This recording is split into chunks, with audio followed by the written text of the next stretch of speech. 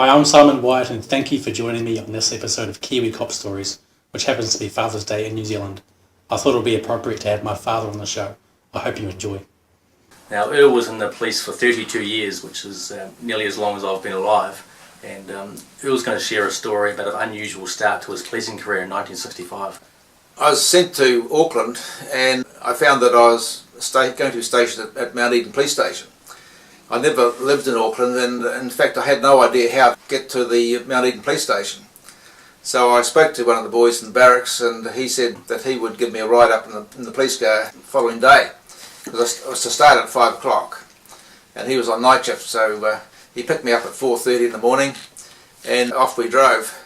Now in those days cops walked the beat and all hours, and the guys that were in cars tended to pick them up here and there to take them to another job, or and sometimes they would play practical jokes because they wouldn't let the cop out when they took him, or they'd take him to the wrong place and he'd be a mile off where he should be. And we drove up, which I now know as Simon Street, to Nugent Street where the Mount Eden Police Station was. Yep.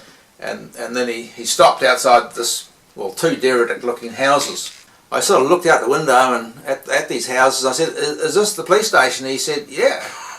And I looked again and I could see that there was a police station in faded letters, but it was in darkness.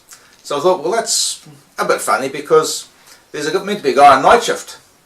So the car drove off and I walked up to the front door and knocked on the door and no answer, so I knocked harder, and then this constable arrived and it was obvious that he'd been sleeping.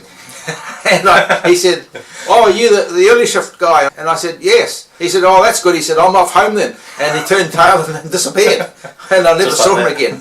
Yeah, just like that. A few minutes later, another guy arrived, and in fact, I knew him because we'd played cricket for the police down at Wellington. So we introduced ourselves again, and we went up to Simon Street and walked the beat, checked the buildings and for any burglaries, and came back.